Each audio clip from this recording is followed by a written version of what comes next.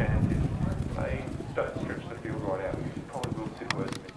Shona from ATB here, and this week I have no Darren Dance joining me, so things should run a lot smoother. And I do have a special guest joining me further into the today's edition, so stay tuned for that one. And she's probably a little bit prettier than Darren too. So anyway, first of all, let's talk about the results from last week. Thursday at Warrnambool, we had Royal Fantasy finish second at Warrnambool.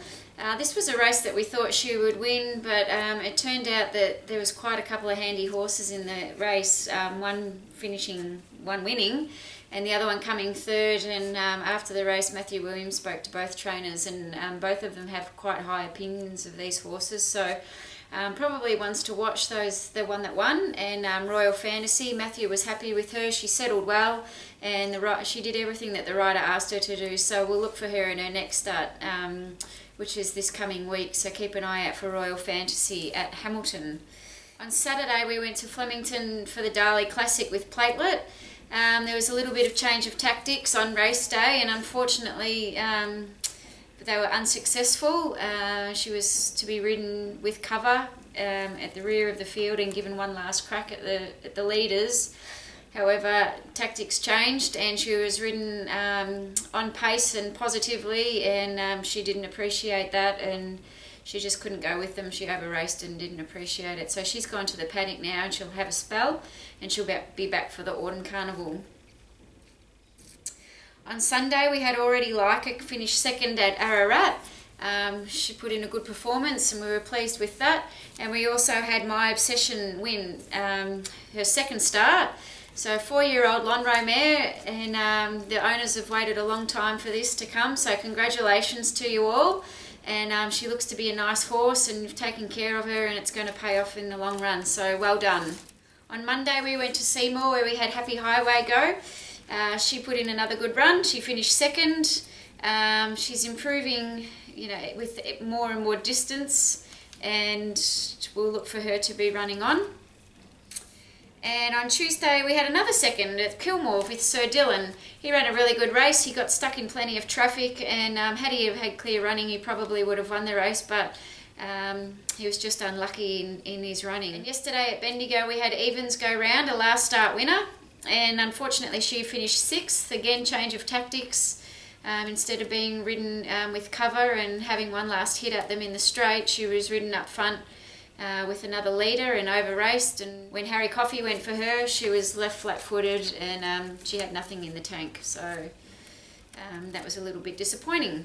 This week's runners, coming up on Friday, we're a little bit excited about this one at Canterbury with Chris Waller. We've got Rockalicious having her first start. She's trialled well, and at 10 o'clock on Friday night, Hugh Bowman will be riding her, and we're looking forward to that one. On Saturday at Rose Hill, we've got one of my favourite boys running, Abasso. He'll be ridden by Ty Anglin.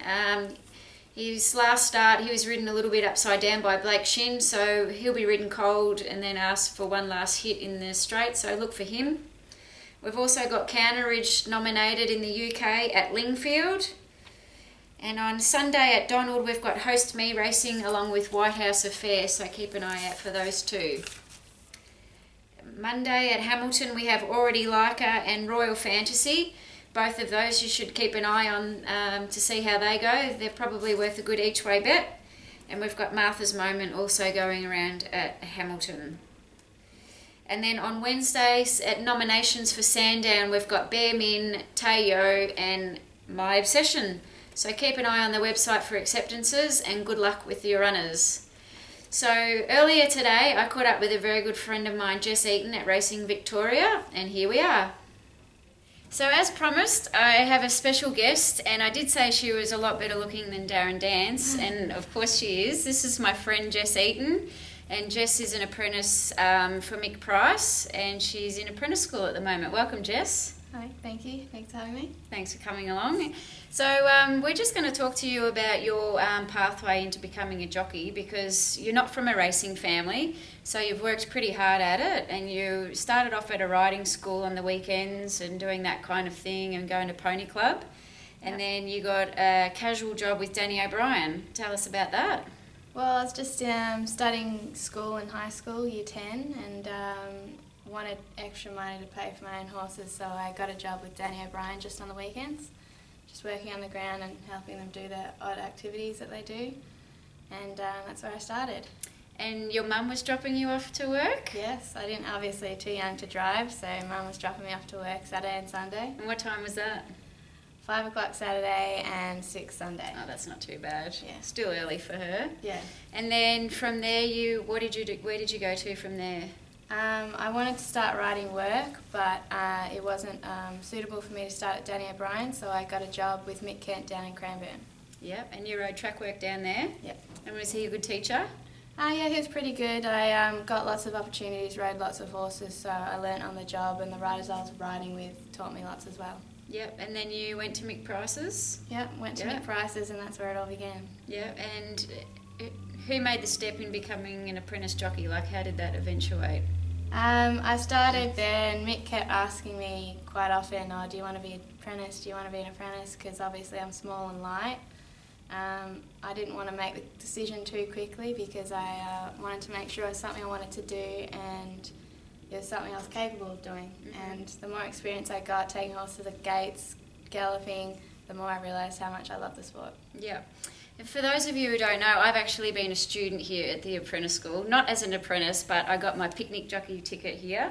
And it's quite an experience, and for all those people that sit at home on their couch or go to the races and sometimes badmouth jockeys for their rides, which I've been guilty of doing that too. I can tell you that once you're up on that horse and you're galloping at full pace, it's quite hair-raising and you get a lot of adrenaline, and sometimes the choices that you make aren't the ones that you want to do. You can't quite get to the right spot and that kind of thing. So it's unless you've been in that situation, it's hard to comment on jockeys and their how they go about their things. How long have you been an apprentice for now? This is my first year, so we started in January. And how long does it go for? 4 years, but we're technically not signed up as apprentices until we have our first race ride. Yeah. And so they do a lot of theory here. They talk about their diets, about tactical riding, about interference, about protests, about what you say when you go into a protest and how you conduct yourself. They weigh in and weigh out, and with all different pieces of equipment. You have athletics or gym class and stuff like that. Yep. Yep. What other subjects do you have? Every day we do 4 hours with ERA, and we're studying a Cert 3 in fitness. So basically that's just Racing Victoria's way of setting ourselves up for something we can fall back on if an apprenticeship or being a jockey doesn't work out for us. So basically we're qualified to be personal trainers outside of racing. Oh, okay. Oh, that's good. Yep. Do you enjoy that? It's interesting, but it can be very draining because every day it is 4 hours, but we do learn some really good stuff. Yep. And how often do you come to apprentice school? 3 days every month as first years, and then when we go into second years next year, we will be in for 2 days. Yep. And so you can start race riding after you've done 20 official jump outs? Yep. All have to be ticked off by stewards and our coaches, Matty Hahn and Matty Pumper. Yep. And how many have you done? I've done 16 now, and I'm allowed to start doing my officials in race gear, which is exciting. And I went to Cranbourne on Monday for the official jump outs, and you had 7 rides. Yep, 7 rides. And you had a few winners. Yes. And a few seconds, and a third. Yep.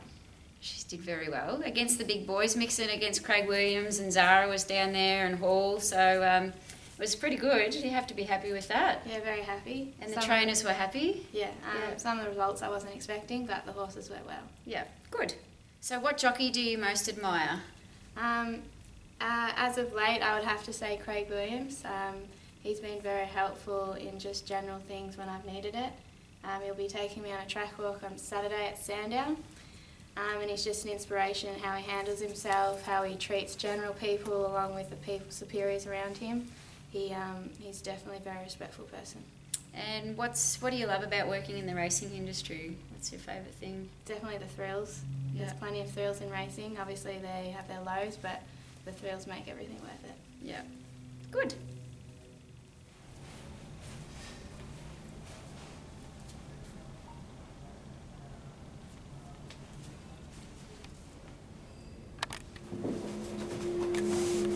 So how fast does the mechanical horse go, Matt?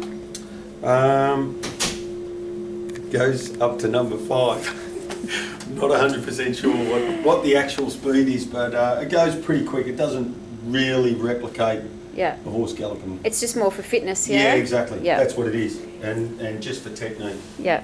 Yeah. So Jess is going to get on and show us how it's done. I've ridden one of these and they're similar to riding a horse, but not really, but they are hard work. Great for fitness and building your strength, especially in your upper shoulders.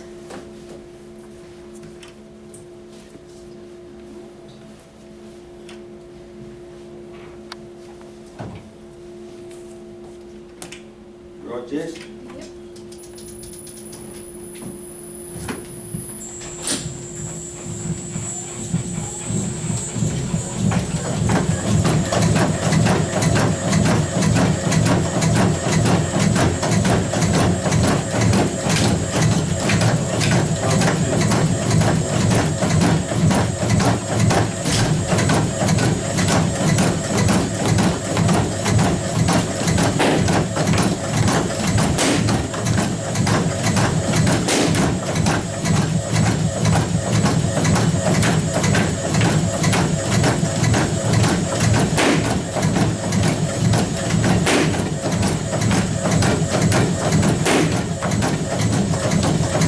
That's great.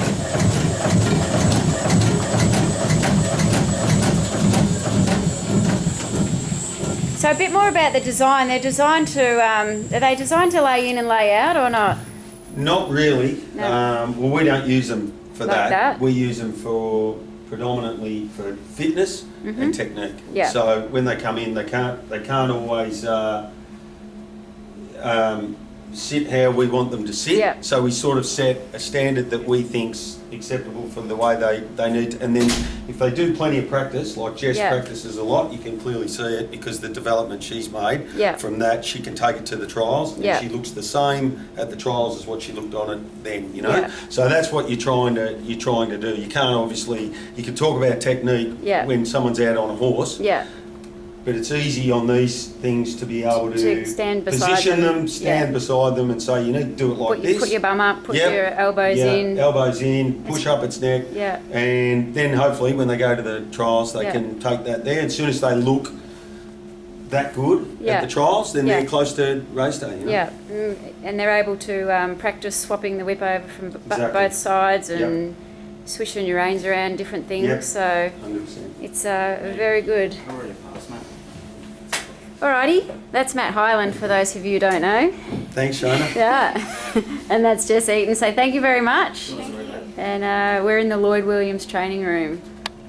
Okay, so Jess, what good horses have you worked with at Mix, or who's been your favourite horse that you've worked with, or the most successful? Well, I've been very lucky enough to work with Samaretti.